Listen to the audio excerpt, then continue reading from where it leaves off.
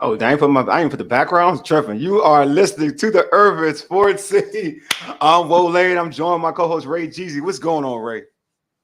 Brother, I'm I know hustling I know today. busy day. I can tell. I can tell. I I can just get back tell. in, you know what I'm saying? A good way in. Yeah. How George was it? Roach, Lamont Roach team, no excuse. They got a big card coming up, DC tomorrow. Pull up, fam. Entertainment Sports Arena. Hey, get your tickets. Pro Box TV. If you can watch it live tomorrow night. I think it starts the undercard starts around 5 p.m., 5 or 6 p.m. Yeah, man, pull up. It's gonna be dope. Got to see some good folks out there. Light skin Lou. The Lou box was is out so there. Lou was out yeah, there. Lou and Kiki was out there, man. I wanted to Okay. get some more interviews, but you know we here with the homie Wole, man. Got to talk that NBA draft, bro. So Yeah. Oh man. How was it all in all? How was it though? How was the experience? it was a dope event. What's crazy is the fight is at the Entertainment Sports Arena, like I just said. Yeah. And the weigh-in was right across the street tonight. Dope venue. But the Mystics are playing. So you can imagine it was bananas out that joint. Right. No, I can only imagine. Trying to get back home, it was a little fun. But hey, like I said, man, Was it traffic? Right around the arena, yeah, because it's fans walking to the game trying to park, and then you got all the folks covering the boxing event. They're parked right across the street. Jorge Linares, a lot of boxers in there today. All the Chris Algieri, all the pro box folks was there. Yeah, pro box. Yeah. Okay. So yeah, I mean, dope event. Like I said, DC doing it big, man. Shout out. Love it, man. Love it. Love it. We'll give a lot. We have a lot of that content on our YouTube channel. So make sure y'all check it out on the Urban Sports and YouTube channel.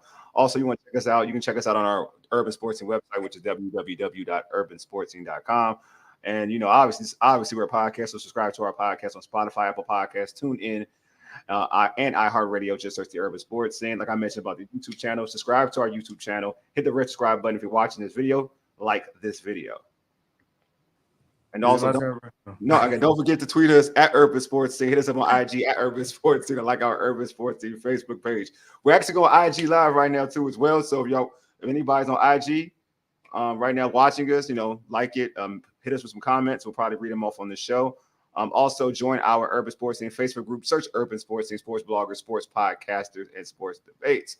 All right, man. Let's get into our tradition. The pregame. Here's what we have on tap. We'll talk about the Washington Wizards NBA draft picks. Locked On Wizards host Brandon Scott and his former running mate Ed Oliver will join us to discuss this at 7:40 or 7:40-ish. We'll chat about the Wizards trading away Deni Avdija to the Portland Trailblazers. Then finally around 8:10-ish, we'll talk about the Wizards hiring NBA executive Troy Weaver in their front office. Now, DMV's the DMV. Oh, what the? I'm all types of stuff right now. But we're DMV based again, man. You know what I'm saying? Troy Weaver. I hit the wrong button, so excuse me. It's all good. And another Troy hosted a party last night. We missed it. I know I missed that one too. I couldn't pull up, Cam. Hey, Cam, appreciate you for checking in, of course. I couldn't pull up. Like I said, I got a lot going on in boxing and a whole lot of other professional obligations. But I heard it was dope. My homegirl, Kelsey Nelson, our homegirl, Kelsey Nelson, was there. Hope you saw her. Yeah. And hope it was a good time last night. All right, well, let's introduce our guests. Right now, we have Locked On Wizards podcast host Brandon Scott and his former co-host Ed Oliver on with us. What's going on, fellas? What's up? What's up, fellas? Oh man, what's going on with y'all, man? Glad light skin. Why is light skin always on this side? I don't understand. I know, right? Oh, conspiracy. Yes. You know why? StreamYard gets it. They get me. They understand. They understand. They get me. Look, I didn't even set that up. That's StreamYard, buddy. That's StreamYard. They did that. You know what I'm saying? That's what's up, man. Thank you, man. My bad. I'm sorry. I'm throwing y'all off. It was a big night for the Wizards. So I want to talk about this draft. I know Brandon is hype. I've been watching you on X. What's left of you on X, but I've been following you all social. You know what I'm saying? And last night was dope. Go ahead, Wale. My bad. No, you good, bro. So I mean, the draft was dope. I think a lot of Wizard fans are happy with the selection of Alex Sarr. So I just want to get your opinion. First off, I know you're happy with what makes him the right pick for the Washington Wizards. And I'll start with you, Brandon. Then we'll go to Ed. I mean, he fits everything, checks all the boxes, man. I mean, he fits the timeline. I mean, defensively, he checks that box of rim protector. 7-footer, 220 pounds. He has the NBA body. He's fast on his feet, so he can roll in transition because this team is going to go faster. number one in pace the second half of last season. So they're gonna move the pace. So he fits that mold. His offense needs work, but it's there. He just needs the touches, man. So he checks all the boxes. I think that with proper development and the right system, right people around him, he's gonna be a star, in my opinion. Good pick. Hey, what about you, man?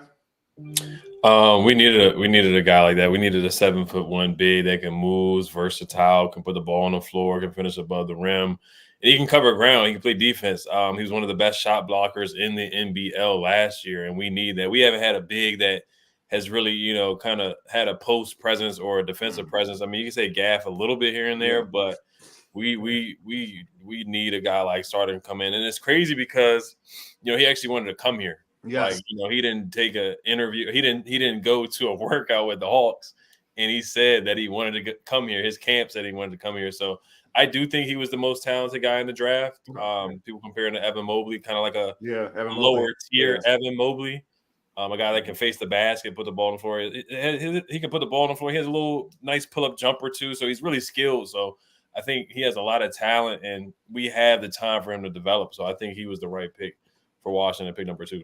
All right, we'll read this comment George said real quick. Well, Steve, you agree with it. Last night was the best night to be a Wizards fan since John Wall hit that 3 in Game 6 against the Celtics. Was it that big? I'm gonna start with you, Ed. You like, was it that big? I think it was a good haul.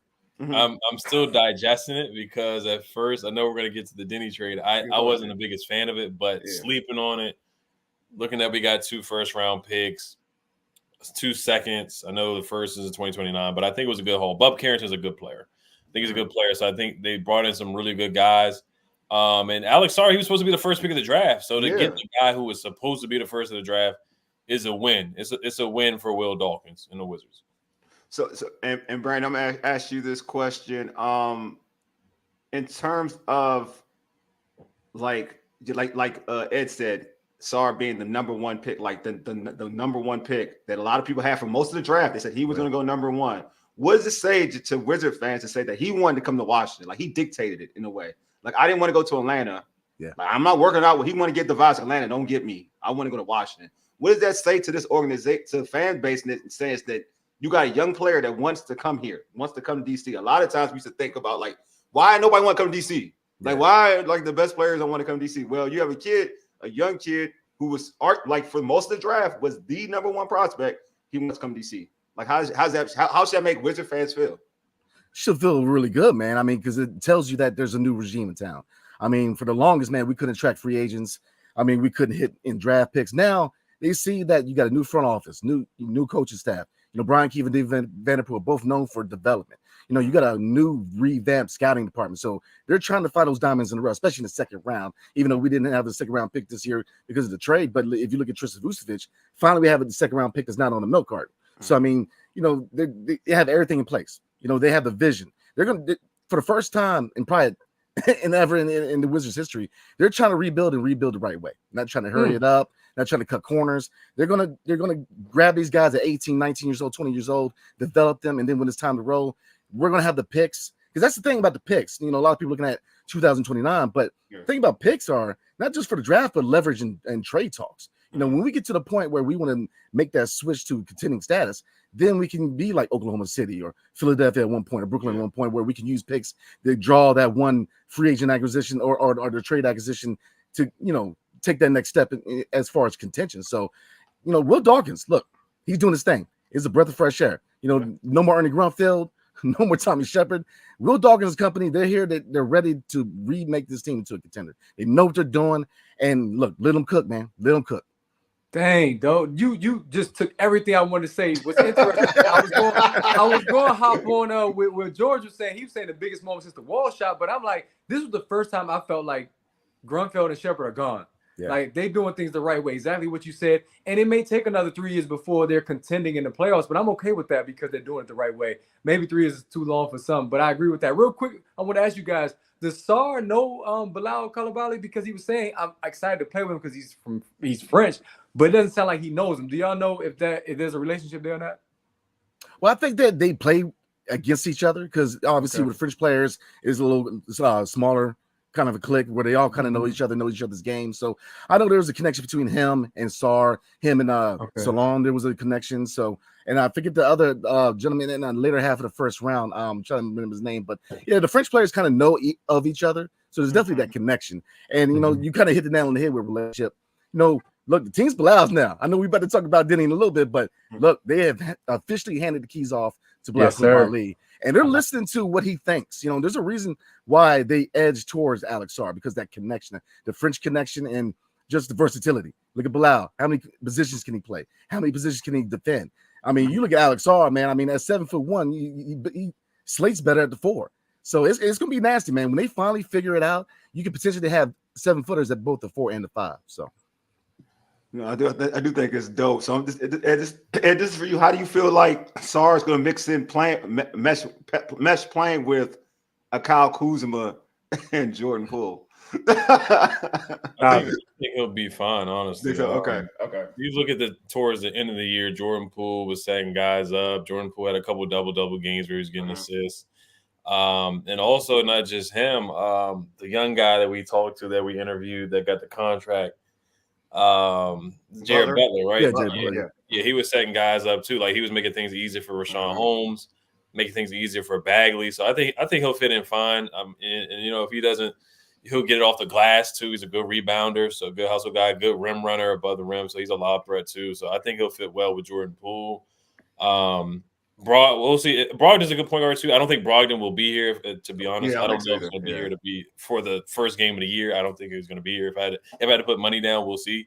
But yeah, I think he'll fit fine with Kuz and some of the guys that are still there. Of course, you know, Kuz is going to get his 20 to 25 shots up. But I think, and then back to the comment about the best day since Game 6, John Wall. Yeah. Tommy Shepard got fired. I think that was what everybody was. Everybody enjoyed that day. That was like the one day that everybody enjoyed.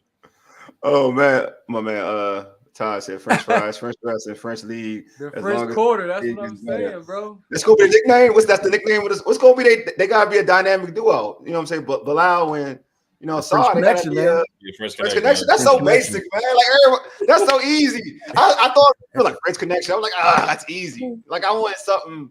I guess it makes sense. I guess the Eiffel Towers. No, I don't know. Eiffel Towers. I don't know, man. I wanted something dope, man. Like a dope, original French name. You gotta give me some time before I can think of that. Yeah, I'll give you some time because I can't think of it right now. I'm not a freestyler, so I can't think of it right now. No doubt. You know what I'm saying? Both your stars are now French players, which is crazy. It's crazy.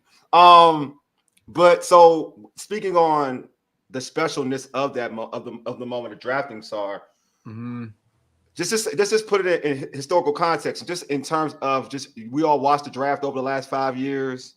Where would you rank this draft pick amongst those 5 years? Like, we saw Rui, we saw Deni. Like, what would be your outlook, like your feel or your vibe for this draft pick compared to those? Well, Johnny Davis is still in the mix. Yeah. I think he's a nice guy, but that's my thing, man. Anytime I feel like I'm about to say something bad about somebody, I like, he's a nice guy. But go ahead. Okay, yeah, I know we've all talked to Johnny before, and we haven't had any problems with him. But he just is a little behind the 8 ball. I don't know if he'll be on the team next year, to be honest, either. Corey's been fine. We know what he is. Yeah, we know what his ceiling is. So I guess compared to Corey, he's above him, or should be above him. And then Rui panned out fine. He's had a good career, solid career with the Lakers so far. I still would put Sarr over Rui at this point, and then Deni's projecting well. It took him a couple of years to get to where he's at. It's taking 4 or 5 years to hit his stride consistently. So I do think Sarr has more potential than all these guys, to be honest with you. Which is that's how it should be. If you're the second pick of the draft, you should be better than the 9th pick, the 10th pick, 15th pick in Kispert. He should be better than those guys. So I would put him above those guys. I think potential wise. And then once Sarr really gets in the weight room and gets that strength where he can, kind of push guys around, I think that's where he really, really I feel like he can be a double-double guy, or like give you like 16 and 8, something like that. I don't think he rebounded enough in the NBA. He had like 4 boards a game. I think that's something where he really should have improved, but he averaged like 1.5 blocks but I do want to see him board more. I think he can be a double guy. I want to see that face-up game. Didn't shoot the 3-ball well, but he can put the ball on the floor against the basket. But to answer your question, yeah, he's the best prospect out of all 5 guys for sure. What about you, Brandon? I second everything he said. He's better than all of them because his pick aligns with the timeline and where the organization's at. If you look at Tommy Shepard's picks, they weren't necessarily bad picks, but they didn't fit the vision. At the time, we needed guys who could contribute right away. And Deni, Corey Kispert, all of them needed to develop. And if you look at the fact that Deni was traded, primarily is because where he's at in his career does not line up with where the team's at. So I mean, his value, he had more value than Kuz. So like I said, I'm not a fan of it, but I do understand it. I definitely understand the move. Not a fan, but I do understand it. And he doesn't fit the timeline. So yeah, I feel you. Hey Ray, what do you think? What do you have it like? You're a Wizards fan for real. So out of us, you are the Wizards fan. So I liked Rui because that's what I wanted. I actually called for it. That's what I said. And it actually worked out. But since then, I've been irritated. Every time I see Cam Thomas or Tyrese Halliburton play, I get mad, bro. I watched Tyrese Halliburton in the playoffs. I know he didn't want to come to Washington, but I mean that was the Deni draft right there. You picked Deni, and now he's gone. Tommy Shepard drives me nuts, bro. He could have got Bobo in that draft that he ended up taking Admiral Schofield. Admiral Schofield was my guy. Don't get it twisted, but bro, come on. It's just it doesn't make sense to me some of the moves that Tommy made. Of course, he gave Brad the no trade clause. I'm not even gonna cook on that right now. We're being positive at this point. I feel like I said, I'm agreeing with what they're saying. I feel good about the direction. I feel good about this pick. I even think the team got tougher because we know Deni wasn't. You talk about nice guys. Deni was a really nice guy, like on the court. You know what I'm saying? Yeah, he's a very nice guy, man. To me, he lacked the dog, and that's not. He got better. He got a little stronger. Then I'll give him credit. He got a little stronger. Like a little. Ray, I'm not the biggest Deni fan. Then Luka doesn't cry as much. If he got stronger, Luka doesn't cry as much. But because he's a poor man's Luka, don't forget that. What? Don't even call him. Sorry, I'm not doing that. Go ahead. No. But like we've been saying, it's evident that this is the turning point of the franchise, and that the keys have been handed over. Like Brandon said earlier, I'm excited about the future now, and I couldn't say that a year ago, honestly. Let's see. Todd said, past 5 years, he is 1 or 2. I guess it would be. Other than Sarr, would it be Rui? Probably. Would it be Rui? I'm trying to think. I would go Sarr, Deni, then Rui, man. You like Deni rookie year? Just because you have more. As far as rookie, when you like, I guess this is the thing. For me, I guess when put yourself in that day that Deni was drafted, or that day Rui was drafted, right? Yeah. Like, were you excited were you more excited? Were you more excited for Deni or whoever compared to Sarr? Or you put that in that context? Now their career turned out, but like, you know what I'm saying? Like at that moment when they drafted Deni, were you hyped? I mean, when they drafted Rui, were you hyped? You know what I mean? Like, I know Deni. I saw Deni's clips. I ain't gonna lie to you because me and Ray talk about Deni all the time. Yeah. That's why Deni disappoints me. Disappoints me. When I saw Deni's like highlights, I was so impressed. I was like, oh, dude got some pat. He got some swag. Oh, he can play. And then when I saw that he could never get a left hand, that really pissed me the F off. As an NBA player, that really pissed me all the way off. Yeah. But yeah, Rui came out more polished. Yeah, exactly. He was a junior and he was older. Yeah. The whole game against Zion, where they beat Zion in the map. Yeah, exactly. Put Rui on the map. Like Rui was more polished. The whole Kawhi Leonard comparison.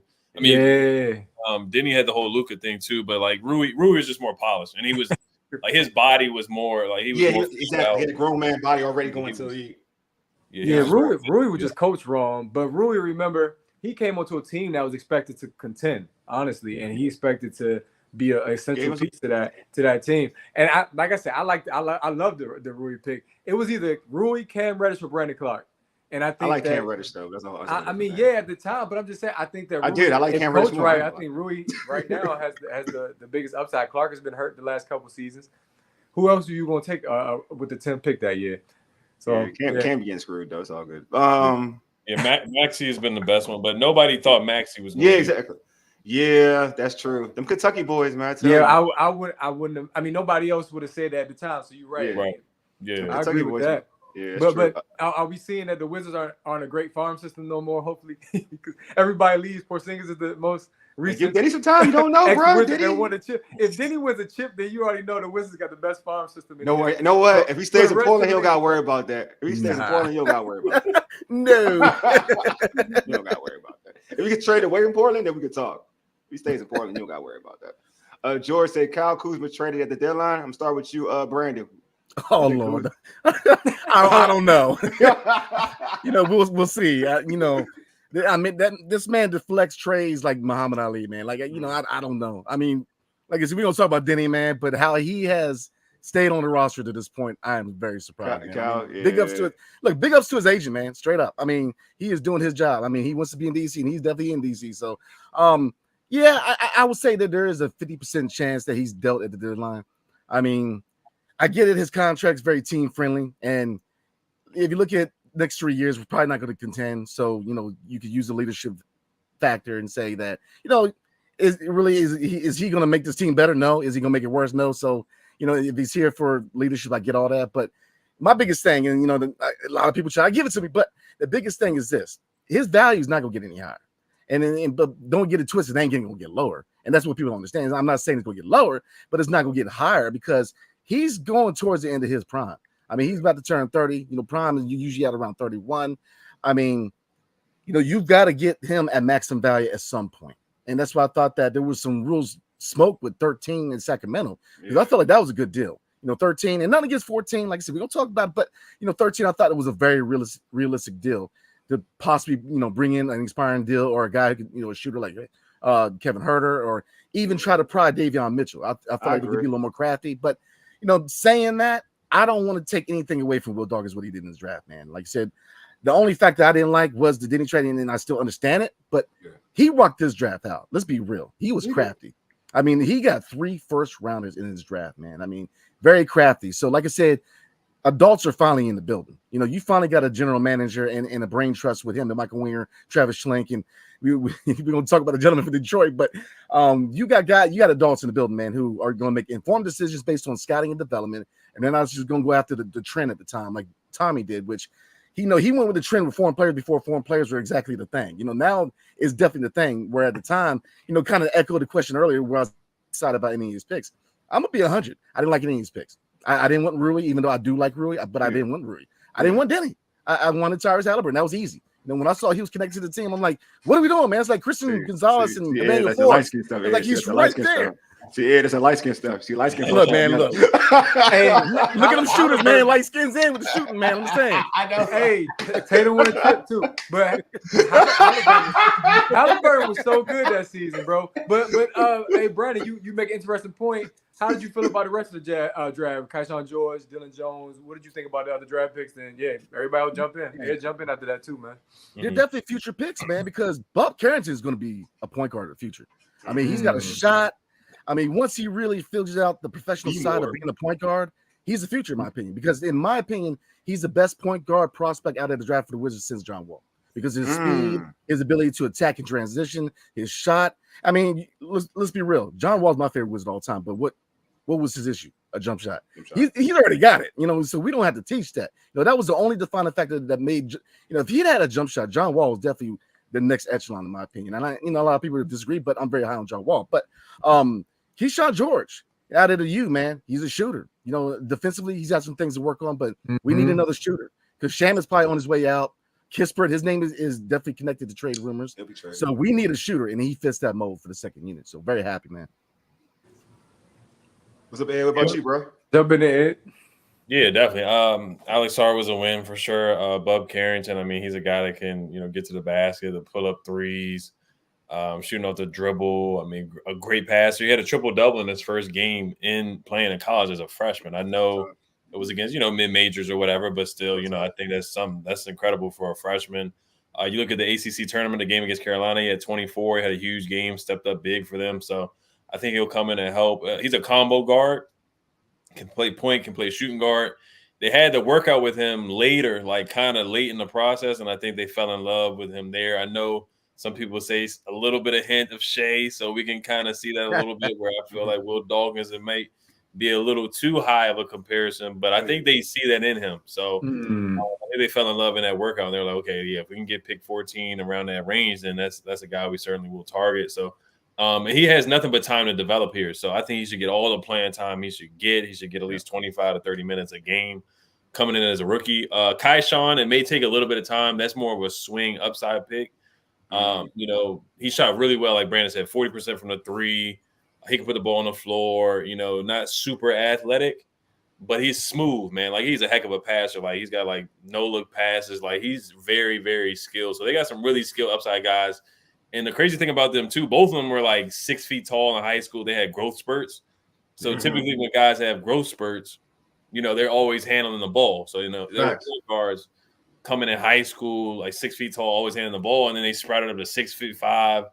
Kai-Sean 6'8", handling the ball like point guards. So they got really skilled guys that can shoot the ball. Just talented guys. So I mean, this is a great. They're upside picks. They're not like low ceiling kind of guys. They're guys that you can wait on a little bit, develop, get out there. Very skilled guys. So I think they were good picks for sure. I mean, the only pick I really had a gripe with that maybe I know Jared McCain with the TikToks, but I think Jared McCain's gonna be really good. He was picked a couple picks. Khalil Ware was right after Bub. Khalil Ware, there's question marks about his motor, but him going to the Heat, I think he's gonna be really good. That's a guy who I really liked. And then I think after Kai-Sean, I didn't have a problem. I mean, I picked 24.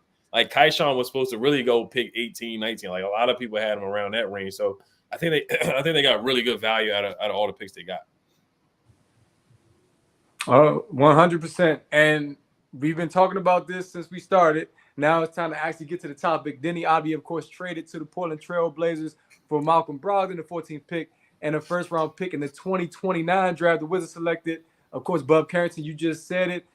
It's easy, in my opinion, to say that the Wizards won this trade, but in your eyes, who won this trade, fellas? Go ahead, Ed. I know. you see his face right here. My man got the going on right now, bro.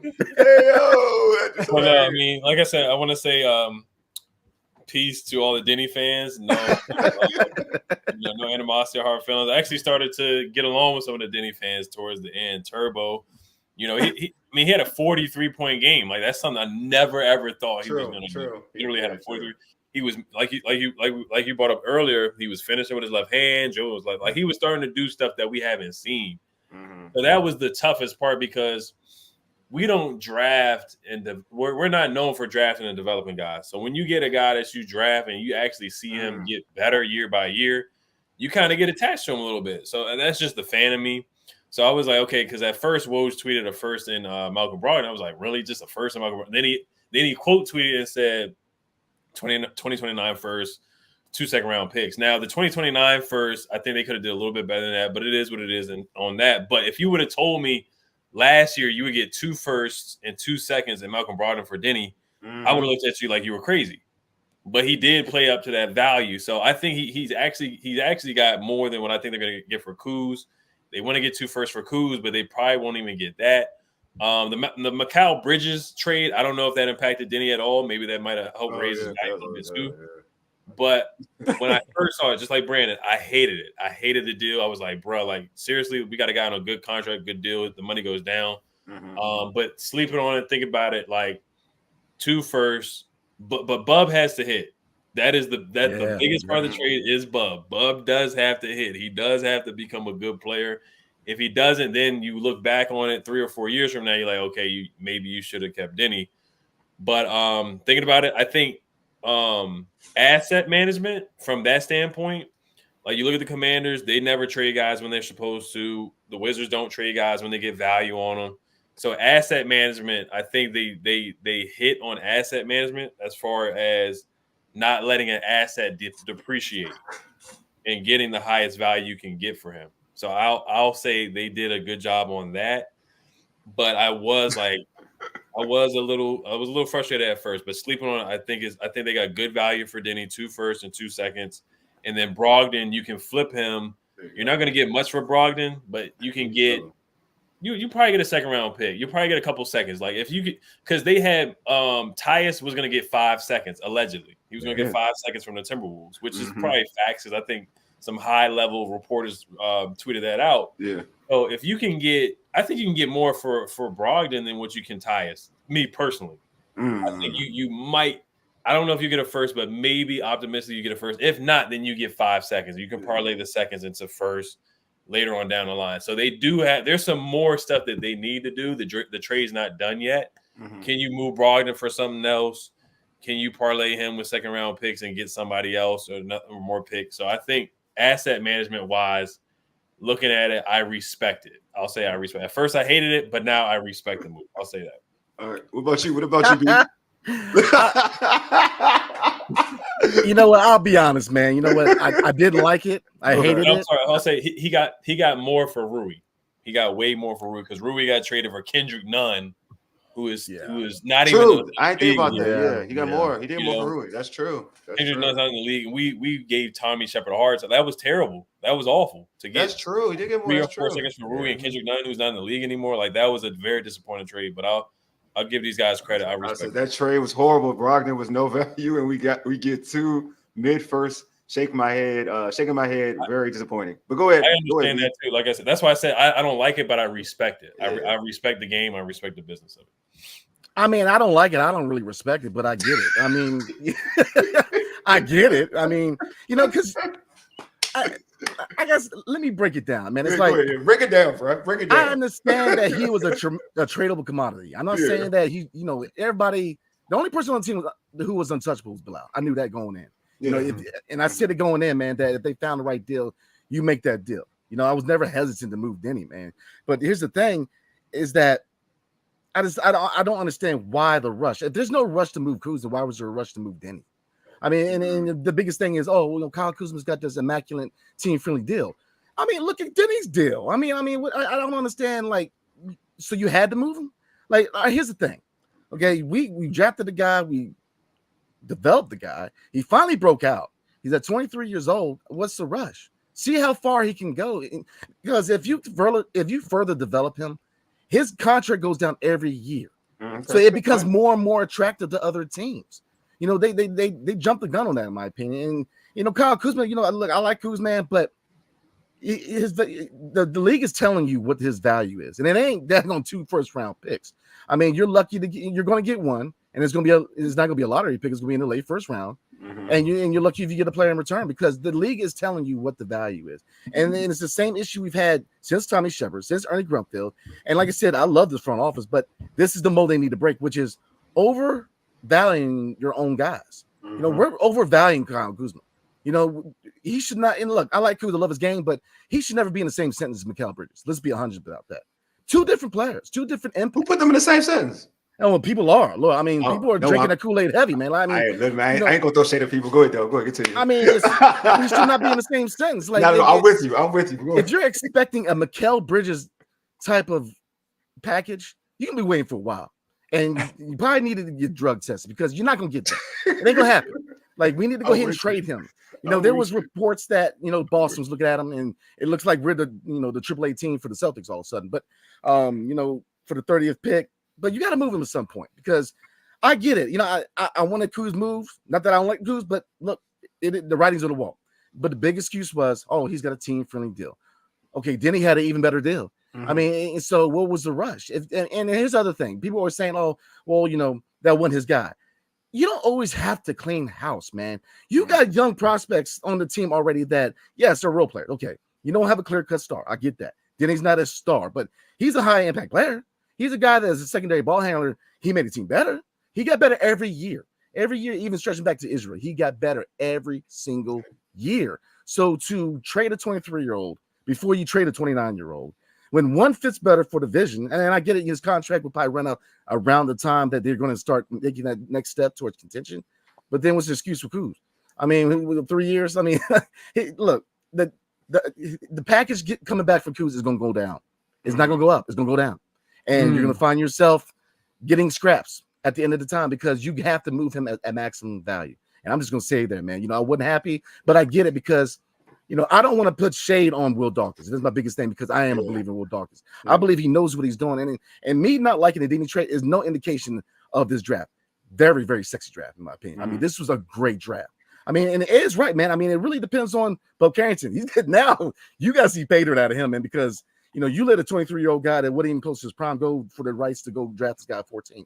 Fair enough, okay. But now you better see some return on that, and that's the only thing, man. And that's how I'm going to judge his trade is, how far and how good does Bob Carrington get? Because if he doesn't make that step, at least as being a better prospect than Deni, then we lost that trade.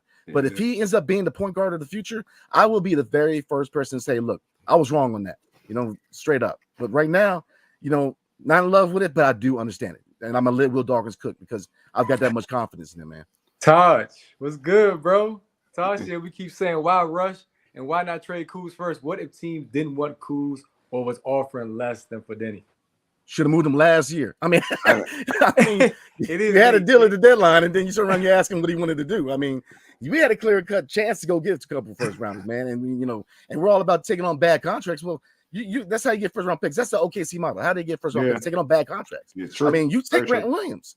You get Grant Williams, you get his value up, and you move him. So I would have took Grant Williams, man. I feel like the best chance of Kuz was last year at the deadline. Well, yeah, he has an unofficial no trade clause, but what I will say, what happened to pick 13 with the Kings? Everybody's like, oh, the Kings are really interested in him. So I was waiting on that to happen, and it didn't happen. So I was a little surprised on that. But I mean, I think they'll trade him. But no, the thing with Kuz is they put him on that Mexico City billboard. And when I saw that, I was like, yeah, they're not going to trade him. I'm going to say Kuz, he's from a brunch spots after the season. It's funny. It's funny because I'm not like Kuz is Kuz to me. Like I have no I'm a Lakers fan, so everybody knows I'm a Lakers fan. So when I look at Kuz, I don't look at it as a player who's trying to win. So I don't know. I get why fans are enamored with Kuz. I get why, because he brings a certain moxie and a certain type of attitude to the team. You know what I mean? And he brings that he's not going to back down from nobody in the game, right? He doesn't back down. But I don't really, to your point, Brian, I don't really look at him as a person that you got to really try to hold on to. To me, he's a trade commodity. He's a trade piece. Yeah. I look at Kuz as a trade piece. So I know Deni fans are going to hate me, but I'm going to keep it a buck. I like the trade. And the reason why I like the trade is because, at the end of the day, you're getting draft picks back. And you're getting, more assets back. And Deni, to me, is a really good – he's getting better. So I won't take that away from him. He's gotten better. I've used to trash Deni often. But he did get better. So I do acknowledge that he got better. But I do think Deni is a good player. Actually, I think he's a player that needs to be on a good team. I'll be honest with you. In a rebuild situation, he can get lost in the sauce. I think Deni's a player that could be really good on a team that's contending for something because he doesn't do a lot of things perfect, but he does a lot of things good. So I think that type of player can help you win, honestly can help you win a championship and things of that sort. And I don't know if the Wizards are at that point right now. I do what I like about what the Wizards did. They got assets back. And then also, you get a person like Malcolm Brogdon, again, a player that's not really good on a bad team, but on a playoff team, he's really, really good. So then you could trade a team that's trying to contend for a postseason spot, or try to maybe get to win a championship, or go make a deep run in the postseason. You could trade him around a trade deadline if you give him playing time, because he's going to have value for that team, and that team may offer you a higher pick. It may be a late first rounder, but it's still a higher pick. It's a first round pick. So I feel like when I look at the Wizards, I felt like I like that trade because you got a player that a bad team probably wouldn't want, but a good team would definitely want. Say, okay, we need a point guard who can strap up, hit the open three, hit a corner three, and can just play hard. That's a playoff. That's a playoff point guard. That's a championship point, a role player on a team that they may desperately need. So I just feel like getting a Malcolm Brogdon. Now you can add more trade assets off, more draft capital off of that. I'm like, all right, I like the deal. I was like, you know what? I see what the Wizards are doing. It's almost like y'all mentioned earlier. It has that OKC vibe. It does. It just has the OKC vibe to a point where now you're getting draft capital, which down the road can lead you to some type of special team where we're talking about, dang, the Wizards got a bunch of young talent. Where did this come from? Yeah, but I'm gonna ask you this though. I'm gonna ask you this. Mm-hmm. What is the best availability? True. Okay. You got a guy that's hurt all the time. He has played 70 games once in his career. He's played 60 games twice. He's played 50 games twice. He's averaging around 40 games a year. Yeah. I mean, it's like taking a tire with a hole in it and say, "Oh, I'm gonna get it right," because I'm gonna resell this thing, man. Like, I mean, how many, look at his track record. He's been Milwaukee, Boston, Indiana, Portland. He's on his fifth team. I mean, I don't like the move. And like I said, I like Malcolm Brogdon, and in years past, I was a catalyst for maybe acquiring him. But the injury history kind of concerns me, man, because I think that he's going to be the L part of all this. I think everything that Will Dawkins has done up to this point has been a win. But Malcolm Brogdon is going to be a loss because he's going to mess around and get hurt. And they said the same thing about the unicorn. Yeah, he was healthy enough to get that payday. I'm just saying.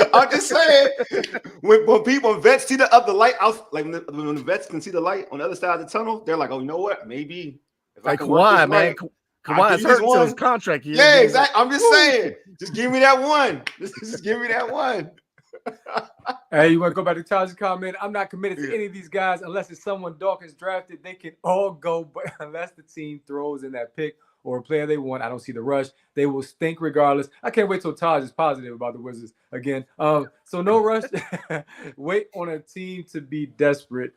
Taj is a Wizards fan. No, I got give him credit. He's consistent. He's hilarious too, which is funny. I can look forward to when the Wizards win, though. Taj, we got some good discussions then. But what do you guys think about Taj's comment? I do want to add he always keeps it so real. I know he does keep it real. He talks about Dream, DC Live, all that crap. But I do want to add. I talk about Deni in a certain way, but I do want to get I'm gonna start with you, Ed. What do you think is Deni's max ceiling? I call it ceiling. I call it man. You call it ceiling. I say max. Yeah, but I'll use your ceiling. I'll use ceiling. Ed, Luka. We already had this discussion. I'm not doing no Luka. Non-Luka. We're not doing Luka. Ed, we're not doing Luka. But yeah, what's Deni's ceiling? No, I never saw Luka. I don't see an all-star or anything like that. I see a really good player, a really good starter, a guy that can really help a playoff team. The shot is getting a lot better. It is though. It is. So yeah, I just see a guy that can really rebound the ball, can shoot the ball better, get to the basket.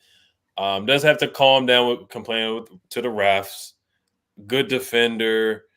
He improved in everything, but I don't think he'll ever make an all-star team, and that's fine. It's hard to make an all-star team. There's a lot of good players that are not all-stars. I know his fan base always thought he was going to be an all-star, all-NBA kind of guy, but he probably will never be that, and that's fine. I think he's a good player. Taj is Calvert Chaney. I can see some people were saying somewhat of Andre Kirilenko or something like that. I can see that being his ceiling for sure. With Portland, it is a weird mix. They got Shaedon Sharpe. Jeremy Grant will probably be traded, but just looking at his fit on the team, it is going to be a little different for sure. Deadlift Shrimp. That's way back. That's Ray, man. Way back.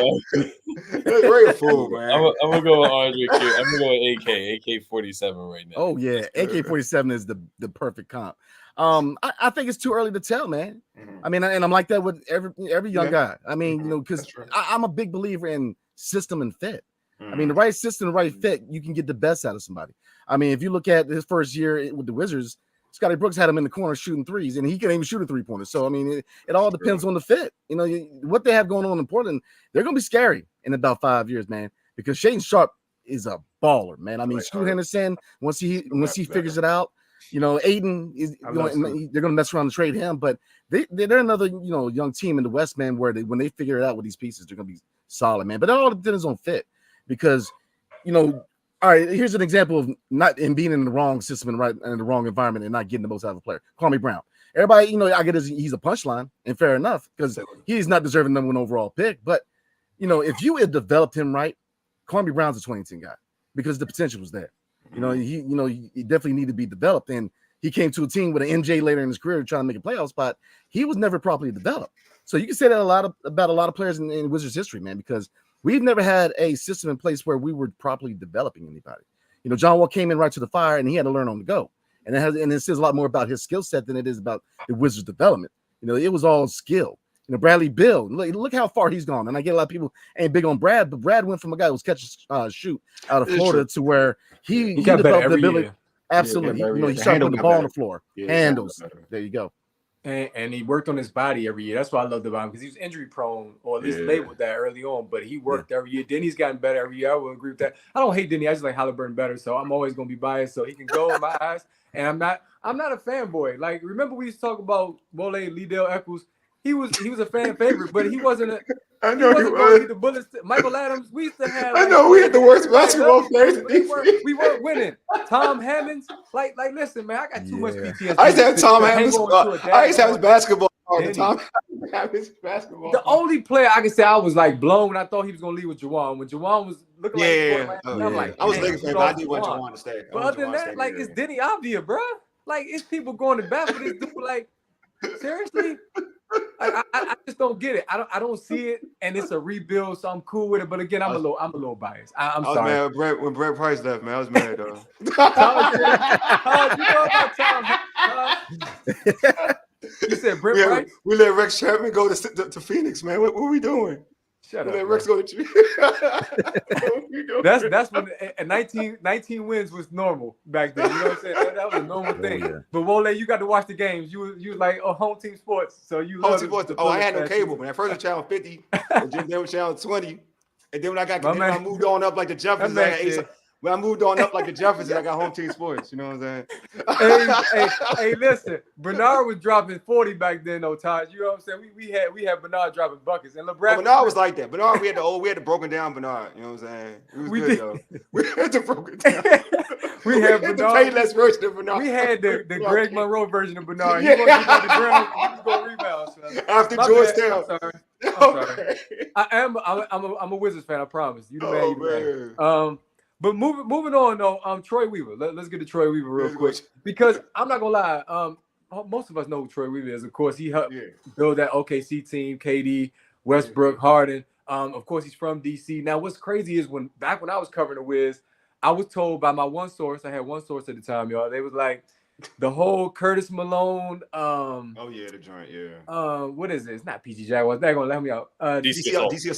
DC Assault. There we go. That whole situation was a deterrent for Ted. Ted was like, I'm not messing around with that stuff. I don't want Troy Weaver part of this organization. So many people were wanting him because they were tired of Ernie Grunfeld. Remember, season ticket holders were like, we're not renewing until Ernie's gone. That helped get him out.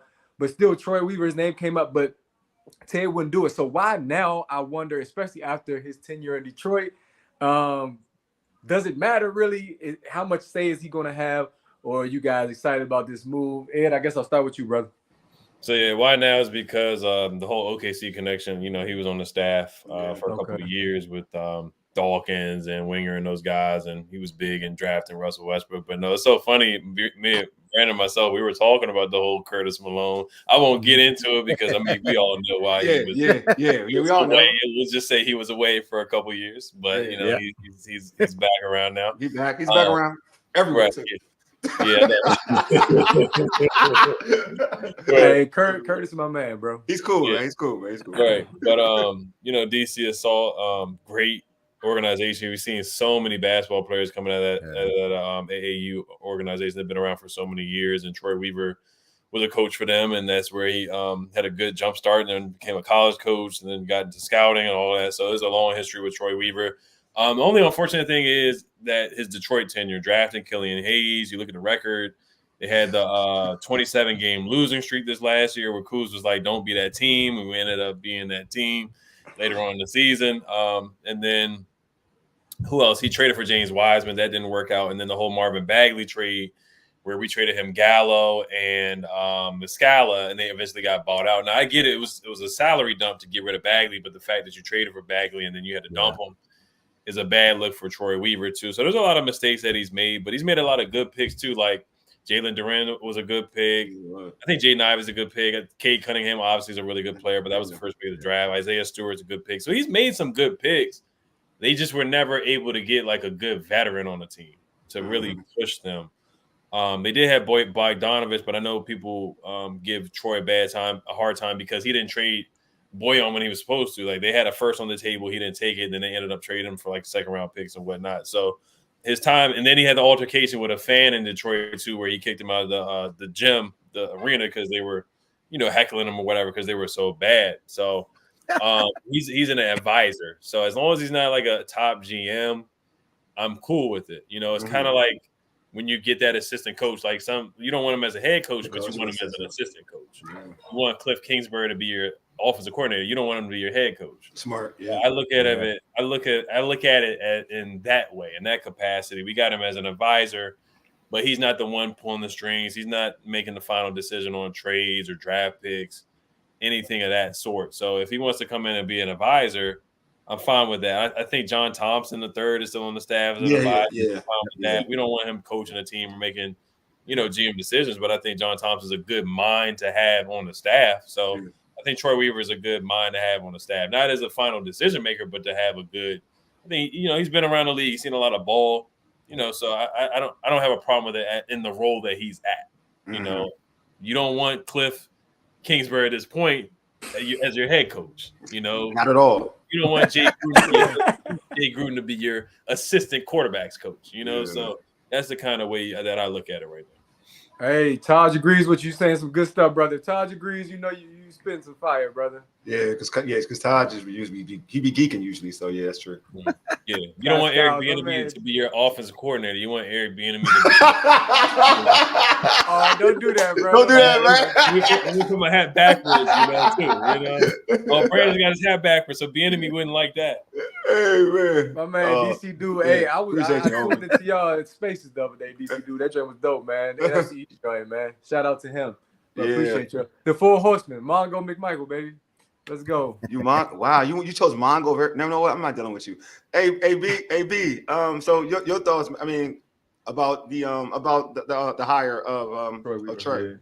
I'm gonna piggyback off Ed, man. I mean, perfect for that position. Obviously, you don't want him to be the guy, but he's another part of the brain trust. Another guy who's been in the league for a while, who does have an eye for talent. He didn't work out in Detroit, but he does have an eye for talent. So having multiple guys, I think that's what I like about this front office as opposed to Tommy, where Tommy was the guy who made the first and final decision on everything, where you have guys now where they can have the brain trust, where you can actually sit down and say, hey, man, this is what I like about this player. This is what I dislike. Can he work in the system? Can he work with this player? So you got more than one guy who look at these certain factors as opposed to one guy saying, oh, I like him, man. So let's roll with him. No, you got guys who can brain trust again. So I think it's a really good move because, again, he's not making the decision, but he's part of the decision making. Yeah, I like it. I actually thought, Detroit, it's hard. It's Detroit. You know what I'm saying? So, like I think he brought good talent to Detroit. I love Monty Williams, but some things I understand what Monty was doing. I love Monty Williams. Ray and I, we big believers in Monty, but he got Wiseman and didn't get Wiseman no burn. Like, I just feel like there's things that were out of his control. Just that's your head coach. You want to let your head coach do what he has, he's supposed to do. So. And obviously it's a partnership. Monty, Weaver, all of it's a partnership. But I just felt like I thought the talent was there in Detroit. I did. I really believe the talent because even we're just getting Marvin Bagley. I think Marvin Bagley's a solid player. You got Marvin Bagley. You got Wiseman. You got Cunningham. You got so many talent. I love Ivy. I think Ivy's like that. You know what I mean? But like there's so much. To me, they have talent. It's just that for sometimes it just doesn't work, and you may need another coach to make it work. And I just think that maybe the coach with that group, that young group may have not been a good mesh. And obviously that could be on Weaver, but I do think that he's a guy that can find talent. There's no one believed he's the one who drafted Russell Westbrook. No one was thinking that Russell Westbrook was going to be that player. I watched Russell Westbrook at UCLA. I thought he was like a good defensive player. I didn't think he was going to be a triple-double machine. You know what I mean? Like, he got James, like he drafted James Harden. A lot of people had to, James Harden was dope in Arizona State, but he drafted James Harden. Like, so he to me, Serge Ibaka, he's gotten players, he's drafted well in the draft in terms of building a good young nucleus on a squad. I just think that what this Wizards team is trying to do, I think it fits perfectly. Right? What do you think, bro? I agree with you. You've been talking about Weaver for a minute. You've been talking about Weaver for a minute. Yeah. Well, I feel like he was hotter back then. His name was hotter than it is now. Obviously, it's cooled off because of Detroit. And you made some interesting points about Monty Williams, including Killian Hayes. He played him, bench Jaden Ivey. So not everything was Troy Weaver's fault. And I think, honestly, Troy Weaver would have eventually turned it around. It's just this the times we're living in. Yeah. You don't have that much. You don't have that. You don't have the same amount of leeway that you would years ago. Look how long Ernie Grunfeld was here. I think Troy Weaver probably deserve a little more time, but it's all good. I'm glad that he's in the role he's in, agreeing with what everybody else is saying. And again, I think 3 years max, we're going to see the Wizards start to compete and be that scary young team you don't want to see. That's somewhere around the 6 or 7 seed, maybe similar to Miami. My question for you guys is, how much input will Troy Weaver have in terms of the next coach? Because many are telling me, people hit me up like he's not going to be the coach in a few years. As good as he is in terms of player development, they think it's somebody else, a hotter name that's going to come along and lead a young group to where they're going to make some deep playoff runs. Like I said, 3 to 5 year range. Do y'all agree with that? And again, where will Weaver's voice fit in with this? I'll say this.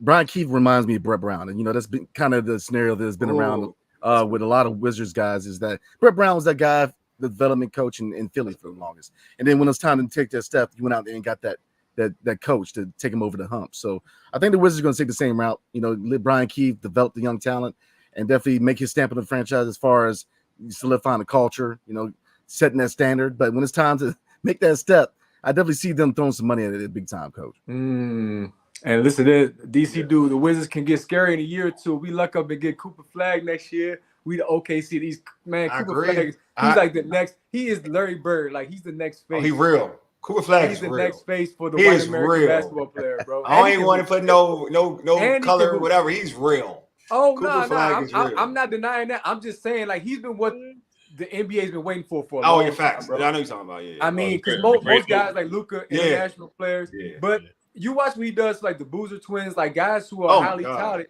He makes easy work out of. Really, he's ready for league now. I don't even think he needs a year. I think so too. I ain't gonna hold you. I think so too. But he said failing for flag. There you go. I like it. I like it. Man, that's the interesting area. But you got to be the number one pick in order to get him, man. I don't know. Good. I mean, it's possible. Don't shortchange it. It's possible. It ain't easy though. Harder to. It's a lottery too. It ain't hard. It's a lottery too. Like it's if not. Keith is the guy, because the Hawks are not supposed to be the first pick. Oh, go ahead, Ray. Yeah, the Hawks. No, you good, bro. Go ahead, bro. Hey, what'd you say? The Hawks weren't supposed to be the first pick, right? They weren't supposed to be. Exactly. That's what I'm saying. Just be close enough, bro. Be close enough. Who? Hey, come on, bro. What? Oh, crazy. He said tanking for Deuce Tatum. That's a long time from now, bro. Wow. Good Lord. First, I had to think about that. He ain't talking about who I was thinking he was talking about. Talking about Tatum, Jason Tatum's son, bro. Wow. Really? You're already scouting that? I know, man. I said Keith had to get assurance that he'd get at least 3 years or so. I think Keith is safe. Like, what's your thoughts about Keith, Ed? I like Keith, actually. I mean, I'm gonna give Brandon credit because Brandon's the one that convinced me to like Keith. I'll give because at first I was like, they should get like a well-known coach. But then actually had to, like, going to the games and sitting by Brandon and like actually watching him and how he talked about his players. And Brandon was actually right. He was like, these players are getting better. I was like, you know what? They are getting better. And he's saying these are the same players he's been working with throughout this time. So I was like, yeah, he should be the head coach. But go ahead, Ed. Like, yeah. What's your thoughts about Keith? Yeah, I think they did get better. Jordan Poole looked better in the second half of the season. Denny looked better. Denny had that 40-point game under Brian Keefe. Jared Butler got paid. He had a contract under Brian Keefe. So you can look at players, younger guys that did improve and got better. Even some guys like even Jules Bernard played confident. Justin Champagne had a couple of games. Played better under Brian Keefe for sure. I think, he's a big believer in defense. He made the Lakers defense really good that one year. They went from like 30th to 12th in that one season. So, I mean, I think he, for now, he might be like that Randy Whitman or like you said, Brett Brown, where you have him for 2 to 3 years. They make that leap, and then it's like, okay, to make the next leap, do you have to make a decision to bring in somebody else who is more experienced, and now we're gonna be more attractive because a lot of the big name coaches, I know everybody was like, oh, Mike Budenholzer, but he's not gonna want to come here. So you're not gonna get the most attractive guys. You're gonna get more young and up and coming guys. I know Chris Quinn was interviewed for the Heat. He's been a really good assistant for them. Okay. I know. I'm happy we didn't go after JJ Redick. I'll just say that. I don't do that. Go ahead though. Continue. Oh, Lord. Continue though. Continue. But and I'm not saying JJ's bad. JJ's a smart I know. He's a heck of a basketball mind. He's very, very smart. So he could turn out to be a good coach. But I just think for the Wizards, wouldn't have worked out. No, I agree. I do like Kenny Atkinson. I like really, Kenny Atkinson. I feel like he's like one of the best coaches. He's one of the best coaches, period. I think he's an excellent coach. I feel like they could have. I don't know if they could have been more aggressive to go after somebody like that. I know Sam Cassell is a guy I wanted to see them interview. I didn't hear his name come up at all. Mm-hmm. So there were some names that I wanted to hear come up. I know they've been really tight though. Like they haven't let out a lot of information. Like they don't let out any rumors or nothing. Will Dawkins, whatever he's got with the media, he doesn't let them know anything. Like it was even some of the workouts were kind of hard to figure out. Where like last regime, whoever's working out, we would hear them come in like, oh, we already know who's working out. We already know this guy's working out. This guy's working out. So this regime has been a little tight. But as far as Keith, to get back to the point, I think he's been fine so far. Like I said, when we ask him questions, he's always, he's good with answering questions. He's not like short or rude or anything like that. He's always taking out his time to answer all their questions and stuff like that. So I think for right now, I think he's the right guy for. If you're focusing on developing, I think he's the right guy for it. You do have what's the assistant coach's name? Vanderpool. Yeah, we got him too. So they got a good staff. I know they're bringing some more people in, but I think for right now, the developmental part, I think he's the right guy for the job right now. Now, if there's a question. Yeah, you got it. Okay. Somebody then maybe you want to look around. Brandon, it's for you. Oh, got you. My top three for next year, easy. Cooper Flagg, number 1, Ace Bailey, number 2, and Trey Johnson, number 3. The two-way guard. Oh yeah. Does Cooper need to have a mellow type of freshman year? Does that have to happen, or can he just lead Duke to the Final Four and you like, all right, Final Four is fine. Final Four is fine. That's Final Four. I mean, he go to Elite 8. I'm ready for him, man. Yeah, like real talk. It's like almost like how like when folks were talking. I mean, Ja was already in college, but like everybody preseason, all Ja had to do was like give you one tournament win, and it was it. Like he was happy with Ja. He's very analytical. I know you mentioned Randy Whitman. Wole, you remember him? He was hard-nosed, old school. He was. You asked him a question, he asked you a question back. Like, yeah, what I know. would you do if you was in that situation? Yeah, exactly. Like he was real thorough. Hey, you tell me, brother, you the coach, man. You the coach, bro. Like my man Todd said, I believe coaching in stages. First, you need that foundation coach, then that coach that can take it to the next level. Finally, you have to have the elite strategy coaches that's on the championship level. Yeah, Brad Stevens, Boston lucked up with him, man. I mean, not lucked up. They made a good move in hiring him, and it's paid off. Cooper can have a Kyrie season. Well, we hope he don't get hurt, though. Kyrie got hurt. Kyrie played like 17 games, came back a little chunky cool. in the tournament. I mean, Cooper has played against NBA players already and kind of given the business and like workouts and stuff. So I'm just and he's got swagger. But I'm not even going to put the cart before the horse, man, because Washington, the luck ain't been there. But, hey, if it happens, that'll be dope. Then you definitely solidify to grow a strong team, and then that's when you really gonna see the DC basketball fan base come out, because this is a rich basketball culture, but you don't see it on the pro level because of just recent history and what we talked about, the Liddell Eccles era and all that good stuff. That's a great era, moving in the right direction. Who is this? This is Danny, right? Yes, Danny. That's it. Summer League and the Olympics will be a big factor for player development for the young talent. I hope to see Bilal to get good playing time. Wole, Summer League, we a little bit torn on that because like Kwame Brown, some guys, they look real in Summer League, and then they be trash. They be trash in the regular season. Lonzo Ball, he murdered Summer League. He murdered Summer League. Kuz murdered Summer League though. Lonzo's a beast. Johnny Davis did not look good in Summer League, and everybody was worried about that. Going back to my days, Summer League is hit or miss. I don't know. Kwame cooked in Summer League. I don't even remember. Yeah, Kwame was doing all right Summer League, man. He was doing all right. Cooked Summer League. What's that tell you? You don't remember? He cooked the Summer League. Kwame was getting buckets Summer League, man. Yeah, that's crazy. That's why some guys feel bad out. Kwame, Jamal man. Crawford cooked Summer League. He turned out to be like a great. No who cooked the panned out. Zebo cooked the Summer League. I remember Zebo fried Summer League. Okay, true. That's true. Got the ping pong balls for Wall. That's true, Taj. I agree with that. All right, if we get Cooper, he will unite the city more than JD5. Here we go. Go ahead. Why you gotta do that, bro? He might though. You might be right. He would unite the city. Vanilla swirl thing. Yeah, it would be like a Wendy's Frosty. You know what I'm saying? Yeah, shut up, dude. Shut up. My man DC dude, because of the relationship Will has with the Sarr family, they finessed the hell out of it. Maybe so, bro. Hey, listen.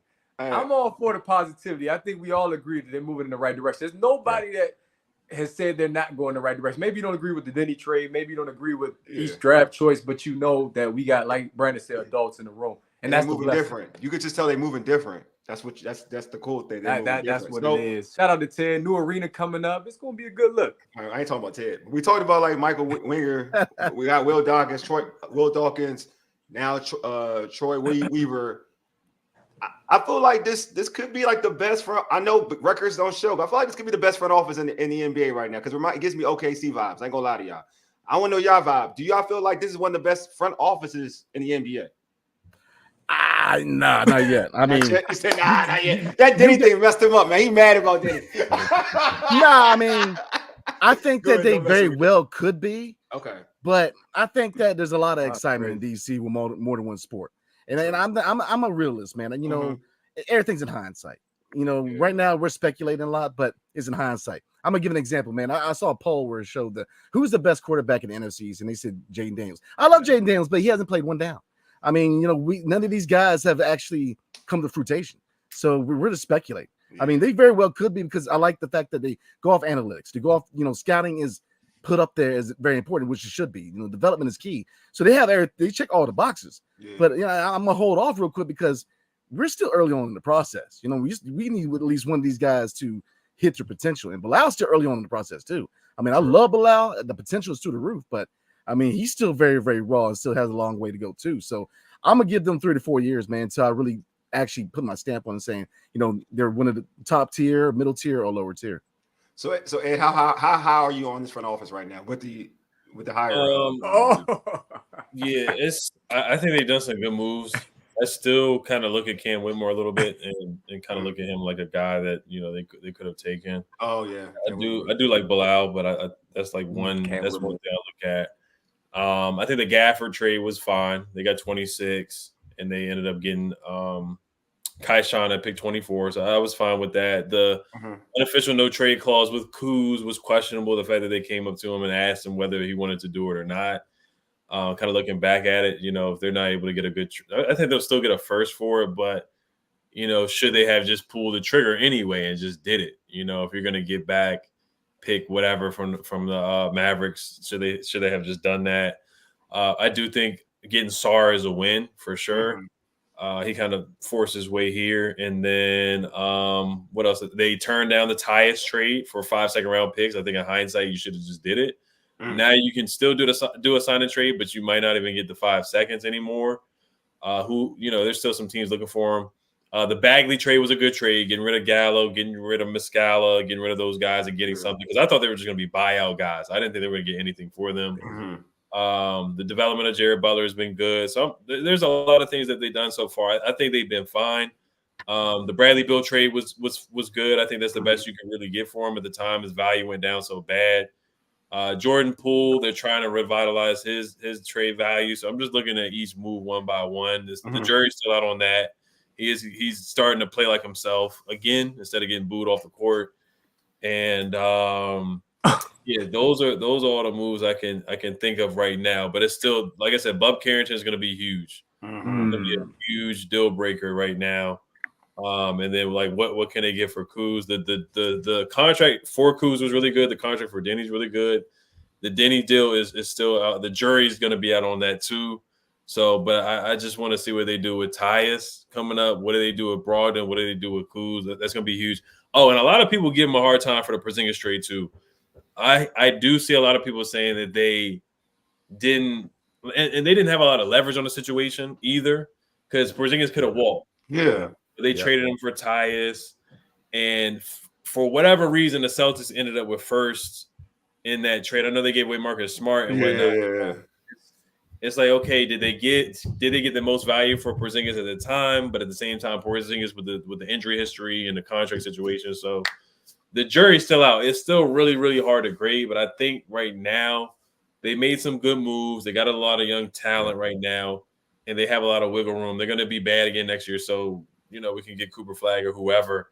So the jury's still out, but I think they've made some solid moves so far. Yeah, I'm gonna answer this question. I'll answer it. Don't worry about it. Who's going to beat the Celtics if they get Kuzma? Don't worry about Kuzma. Kuzma won't be a problem. I don't think the Celtics really need Kuzma, honestly. That's what I'm saying. He won't be like if anything. If you want me to be real, he wouldn't even start on the roster. Worst he won't. He shouldn't start. That's one. And secondly, honestly, I don't know if he's the player you want to add. Nah. I mean, like you're risking chemistry. Put it that way. And no knock on Kuz, but you're talking about a guy. He's not like none of those dudes. None of those dudes are LeBron. So he may feel a certain way. Like he's not gonna feel like he has to play second field to certain people. Put it that way. So it's not like when at least in LA there's LeBron and AD to it. So he had to play his role. Like he had to, or he wasn't getting no playing time. Like he would be on the bench and not play. With the Celtics, there's a little more freedom. So I'm just saying, like, they don't got to worry. If the Celtics are good with him or without him, put it that way. They're probably better without him, though. Yeah. No knock on Kuz, though. I think Kuz on the right team. He'll get buckets for you. I'm just saying in terms of winning a championship, it's something totally different, though. That's something totally different. Hey, before I let you guys, or we let you guys get out of here, I just want to get your opinion on the DC basketball scene and what the Wizards being good can contribute, because you got Maryland and Georgetown, the rivalry finally coming back. Oh, go ahead. And if the Wizards are winning, the high school basketball scene is always dope. You throw in Baltimore, you lump in Baltimore with that, it could be exciting to be in the DMV/DMV in the Baltimore area for basketball. You guys agree with that? And how long is it going to take? I know you said 3 to 5 already, Brandon. I love what the buzz of the Wizards is really bringing attention to the DC area as far as talent. People sleep. I mean, look, we can go through the long list of talent that's come out of the DMV, and then we don't get enough credit for that. DC is one of those cities where we're, being on the East Coast, we're always in the shadow of Philly and New York. You know what I mean? And the people say New York's the Mecca. Okay, fair enough. But if you look at how many guys came out of the PG County, come on now. I mean, we got talent here. Yeah. And when the Wizards are good, it illuminates the talent we have in DC, man. Which is, we've had a lot of good talent come out of DC. So I love it. When the Wizards are good, all is right in the world for me. So I love it. No, I agree. I agree with that. I mean, I felt like when Gil was here, you saw that. When John Wall, you saw it. Like, just how everybody, like that whole basketball scene in the area was something special. I ain't go as far. We can go as far. Right? We can go as far back as when Chris Webber. Yeah, like that was. I think Rod Strickland too. Wall was the main one. Yeah, Wall was the one. Wall was the main one. Wall was the one because Wall pulled up the high school games. Like when Akil Carr was cooking out B-more. Wall was driving out there to Gil used to go to Berry Farms, though. Gil used to hoop at Berry Farms. But he had guns in the locker room. They tried to change. But he had Blatch and Nick Young. I mean, Twan was professional at the time. Yeah, I know. That group was immature. You know what I mean? So I think John was one that, and John was out passing out turkeys in there, but he ain't out pointing guns and pooping in people's shoes and stuff. You know what I'm saying? So I think Wall was that guy, bro. You know what I mean? For real. But I do think the Wiz being good, man, is a good thing for everybody around here. And it just make DC a more attractive free agent destination with a new arena. It'll be dope. And if the Commanders are good, hopefully. They got questions. Ed, there's a question for you, and there's a question for Brandon too as well. Unrelated to Wizards question, wanted to ask the fellas about the current Team USA men's basketball roster. Are they going to win the gold this summer? Ed, I'll go with you first. Yeah. Oh, and to get back to Ray's question, yeah, of course, for the city, they need it. We need some type of winning team. I mean, like you said, the high school, like you look at the WCAC conference, high school, and then Baltimore. Because I know Bub went to St. Francis Academy, if I'm not mistaken. That's a hot man. I mean, even the lady basketball team, I want to say Angel Reese went to St. Francis. Yep. So, I mean, like, there's so much talent. It's ridiculous. Something's in the water, the whole PG County documentary and whatnot. There's just so much talent coming out of PG. And then Maryland, Georgetown. I know both teams are not good right now, but I am a fan of both teams. As you can see, I got the Maryland jersey. And I'm a Hoya fan. So I would love it. Rivalry. It's still a rivalry, though. Yeah, I mean, like, I know John Thompson, rest in peace, and it was John and either John and Gary. I don't know the full story. I don't know if they didn't see the eye to eye and stuff at the time. So they didn't play each other for a long time, which is disappointing. These are two local teams that definitely need to compete, and I love seeing that it's coming back. But the tournament was disappointing. We didn't have a lot of teams in the tournament.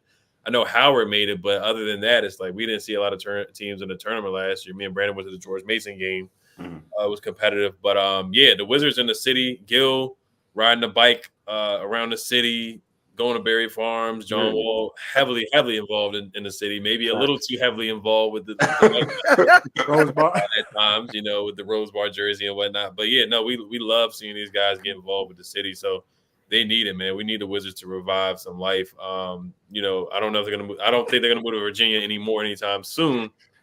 But new stadium would be great and all that good stuff. The Commanders certainly need a new stadium. But yeah, no, the Wizards being good will help out. And then what was Todd's question or Danilo? Roger Mason in there. Yeah, he talking about that. Yeah, he's talking about. Danilo, his question was about the USA men's basketball team. Okay, I haven't looked at the roster. I know Bilal should be in the Olympics this year. So the thing with the summer league is I don't know if Bilal is going to be able to participate in the summer league because he's going to be participating in the Olympics with the France team. So that's awesome for Bilal to see him in the Olympics, especially so young. It's gonna be fun to see him. Now the team that I'm looking at honestly is the Canadian team because they got Shea. They like that. Yeah, They like that. They got Shea, they got Wiggins, they got RJ Barrett, even Dylan. Yeah. Dylan Brooks is different overseas. Like he cooks overseas. So they got and they got Lou Dort, they got Zach Edey. They got a squad. They got a squad. Oh, Jamal Murray's gonna be playing with Canada. Even Nimhard for the Pacers. Nimhard's gonna be coming off the bench. So Canada is gonna be really, really tough. But looking at the roster, it's somehow Joel Embiid's on the roster. Trash. Because I know he decided to come over here instead of he could have went to the other team. I forgot. He's trash. Cameroon. He's from Cameroon. Cameroon. Yeah. He's trash. Anthony Davis is playing. Kawhi's supposed to be playing. Hey, that actually happens. LeBron's playing. Tyrese Halliburton. Drake. Stupid. That's dumb. Drake. Hey, fellas, we do got one last question though. There's actually a question for Brandon too. There's another question for Brandon too. For real? Okay. Yeah. Go ahead. Yeah. My bad. Go to that one first. Then my fault. Yeah, Brandon, it's for you. Is Vucevic a cornerstone of our future? Absolutely. But I'll say this, the likelihood is they're going to re-sign him to a long-term deal just because his age and he fits the timeline. But with him being a second-round pick on a 2-year contract, this is a prove year for him because he's got to prove that he's worth to be that for that extension. But the likelihood because of his age, he's definitely going to be part of the future. But, look, between him, Martin Bagley, third on expiring deal, with Sean Holmes expiring deal, the center position, man, outside of Sarr, a lot to prove it this year.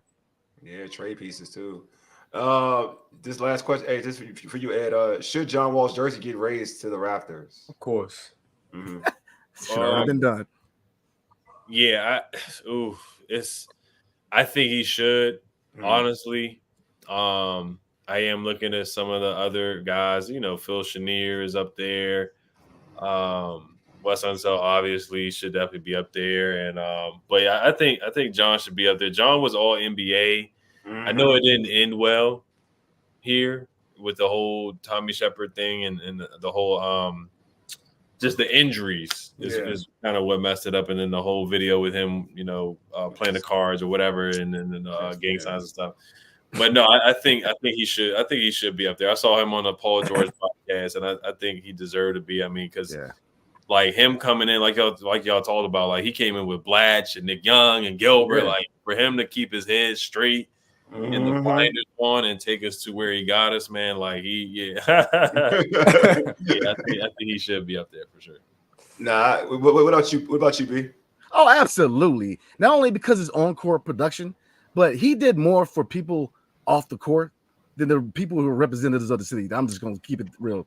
This man was out there packaging food for the homeless. This guy was out there giving clothes, book bags, stuff so kids get ready for school, man. People out here hurting. So he was out there doing what he needed to do off the court. And on the court, come on. It was electrifying time, man. He came in, they put him right in the fire. Like you guys said, Blanche, Nick Young. He has some, none against some NBA players, but they are far from being the type of players need professionals. Exactly. You know what I mean? So John Wall, look, yeah, absolutely. And I think that, if you look at what's going on with Gilbert Arenas last year, them celebrating the big three, they call him the big three. With him, you need to bring John Wall in probably slowly, but eventually you need to bring him back because he meant a lot to the city. And if you really want to unite the city, you got to bring John Wall back in some capacity. Man. And he served the community all the way up until the day he was traded. He was out passing out food on the day he was traded, and he was hurt. He was hurt by the trade, but he was excited for a new chapter. So, yeah, Wall to me is a no-brainer, man. No doubt. I want Wall to still be playing. That's how much I like John Wall. I actually like John. I like John Wall. He's my favorite. May arguably be my favorite wizard. Bullets wizard, whatever. He's arguably because there's a realness to John Wall. You know what I mean? I just didn't like I'm not a fan of slander. I'm gonna keep it. I'm gonna just stay there. I'm not a fan of the slander. I just think that he deserves an opportunity. He still deserves an opportunity to play basketball in the NBA. There's still point guards in this league, regardless of where he's at now, that he's better than right now. Even on the Wizards team, he's better than guys on the Wizards team right now. Period. They're point guards. Ain't saying too much. Yeah, he's better than their point guards. I'm sorry. And I like Ty, and you know I like Tyus Jones. He's better than their point guards. Yeah. Just to be honest with you. Yeah. On that note, if I could cover another Wizards game, you know, because I haven't covered the team in a while, it would be if John Wall to get his jersey raised. I would love to be there for that. I know that'd be dope. Yeah. And his highlight video, it would be amazing. If the Paul Pierce year, if he doesn't get hurt, man, they go farther. They go farther, man. Shoot, that shot, man. Game 6. Yeah, because I was there covering that shot. Game 6 against the Celtics. Man, the most lit I've ever seen. Man, it was most lit I've ever seen that stage. Cap 1 / bruh, MCI. That was the realest environment. Like, you can't beat that one. I do got one last question. All right, this is a joke. This is a joke question. We keep saying that. My bad, y'all. I know. It's a joke question. Hey, can we get KD now? We got the whole OKC folks. Can we get KD now? Is it too late for KD? Nah, I don't get KD. That's Bernard King, man. Nah, hell nah. Bernard King. That's Bernard King. That man after, we can't get him home now. I mean, that's still 25. That's still 25 points a game on the chill. You know, he old. That's an old 25 points a game. That's an easy 25. Nah, that Phoenix weed is that's different. Too late. Todd says too late. We can't start the hashtag. You know, KD to DC. We can't do that. No, we used to. I gave up. I wrote a whole article about that. He does everything in DC but play basketball. Yeah, that's true. Hey, man, anyway, before we wrap the show out, hey, I'm gonna start with you. And how can folks catch you on social media, my man? You can catch me on Twitter, Ed2Flat on Twitter. So it's EDTOOOFLATT, and then of course YouTube. I got my own YouTube channel. Okay. You just type in Ed Oliver Commanders or Ed Oliver Wizards, and it's pretty easy to find. Okay, cool. I'm gonna do that too. I'm subscribed. Yeah, let me follow you now, bro. All right, AB. How can folks catch you on social media? At Locked On Wizards. Social media. At Locked On Wizards. I know that's right. Easy. That's why you don't see me on social media too much, even, man. I love it. That's what I'm talking about. That's what I'm talking about. Hey, fellas, man, thanks for being on, man. We appreciate y'all, man. Real talk. Yes, sir. Always a pleasure, y'all. Always a pleasure. Y'all take it easy, all right? Hey, before y'all go, the best basketball environment I ever was in when the Mystics won a championship. Better than any Wizards game I ever covered in my life, bro. You bring a chip to the city, man. I'm telling you, it's gonna be crazy. Y'all don't sleep on it. The Wizards do it or get close, it'll be dope. I'm at the parade. I'm with you, man. I'm with you. He ain't going no parade. All right, y'all take it easy. All right, peace. My man said about the parade. You ain't a parade, dude. My man, hey, my man. Oh, what's good, fam? What's good? Man, what's up? Yeah, Ray was at the. I saw you at the weigh-in, brother. You was grinding. That's why I had to roll out. You know, I was trying to get my man Jordan Roach. He was like, hold up. He had to go up on stage. I was like, you know what? I ain't know it was a Mystics game going on. I said, let me get up out of here. So I'll catch you tomorrow, though. He already know what it is. You can follow me on 4 Radio Host, man. Oh, man. Dope show tonight. Well, later, the Bullets / Wizards history came out on this show, man. And it's a perfect segue to close the show because the coach, Butch McAdams, passed away. Yeah, huge historian of DC basketball. We're talking about the history of DC basketball right now. From the high school level all the way to the professional level, man. He knew it better than anybody. Was on his show a number of times. Extremely funny. Talking about he wouldn't date Beyonce if he had a choice. The coach Shaq will date her. So you can find a pretty lady anywhere, but you can't find a good big man anywhere. That's how you know that man loves sports. Yeah. His funeral service next week is gonna be huge. Check out Ed Hill's article about him. I think it's in the Washington Informer, man. Just about all he achieved. And he even said in the interview he didn't even want to play basketball no more. Was talked into coaching, convinced into doing it, turning a 30-year career, countless guys D1 scholarships, couple NBA guys. Even one of his old players is a assistant coach on the Celtics who just won a championship. So rest in peace to the coach, Butch McAdams, bro. Man, just an amazing. He provided so much of an amazing insight in terms of the history of like DMV basketball and basketball in general, and just his way of thinking, which is so old school when it comes to coaching. He's definitely gonna be missed. I mean, I used to enjoy, I enjoy his time on our show, but also I used to enjoy his time on the radio show with either 106.7 The Fan or 980 with Doc Walker. It was typically with Doc Walker.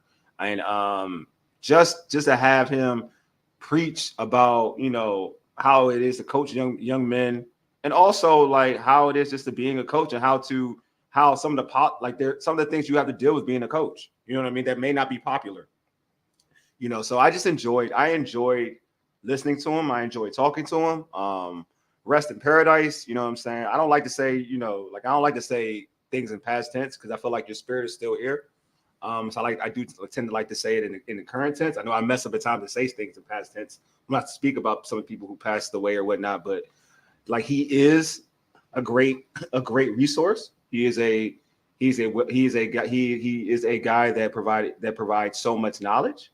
And if you're ever trying to learn anything, excuse me, within the DMV in terms of basketball history, you can just look up anything on YouTube, or if you want to look up stuff on our page, our Urban Sports Scene page, whatever, you can find Coach Butch McAdams there, and everything he had to say, what he stood for, what he talked about, the messages. And I'll put this out. If you're a young coach in the game, I think it'd be a great lesson a great listen to hear whatever he had to say, because I feel like it'd be really educational if you're trying to be in the coaching field. Yeah, man. I'm going to miss Coach, no doubt. Yeah. Reached out to him a couple weeks ago, so totally unexpected. But everything Wale said, plus some. Look him up on YouTube. Just look at the PG County basketball documentary. He was featured there in terms of the history of basketball in DC and how that spread right over the border to Maryland. Just an amazing dude, man. World-renowned coach. Everybody knew who Butch McAdams was, and he had so many great guests on his show on WOL. That's going to be a huge void. And he rooted for all of us who are following his footsteps. He said, don't let nobody else tell the DMV story. We're right here. Let's do it. Loved our show. Loved a lot of other shows. Mm-hmm. And yeah, man, it's tough. So difficult to kind of, I guess, come to grips with it. But still thankful for the time that we got to spend with him and got a chance to get to know him and got that wealth of knowledge. So yeah. We were blessed, though. We were blessed. Appreciate That's one thing. You know what I'm saying? We were blessed because he didn't have to take the time to talk to us, and he did. You know what I'm saying? So we were blessed. Exactly. You know what I'm saying? All right, but it's time to shut this show down. Subscribe to our podcast on Spotify, Apple Podcasts, TuneIn, and iHeartRadio. Just search the Urban Sports Scene. Also follow us on X at Urban Sports Scene, IG at Urban Sports Scene, and like our Urban Sports Scene Facebook page. Let me not forget, we're also on TikTok. Follow our Urban Sports Scene TikTok. I guess you call it page. Our TikTok page. All right. I'm new to TikTok. Anyway, hey, make sure to subscribe to our Urban Sports Scene YouTube channel as well. If you're watching this on YouTube, you better subscribe. Like we're close to, we are close to getting to 700 subscribers. Like I need y'all to get us to 700 subscribers. Like we're there. So if you on YouTube right now watching this show, because the show is hot fire like Dylon, hit the red subscribe button, man. Like ASAP. All right, shout out to the homie George, man. Shout out to all George, you man. guys, man. Cam, all y'all Todd, was dope, man. Todd, Big Doug pulled up. Doug was on, man. Dan and DC dude, Tate, real you know what I'm saying?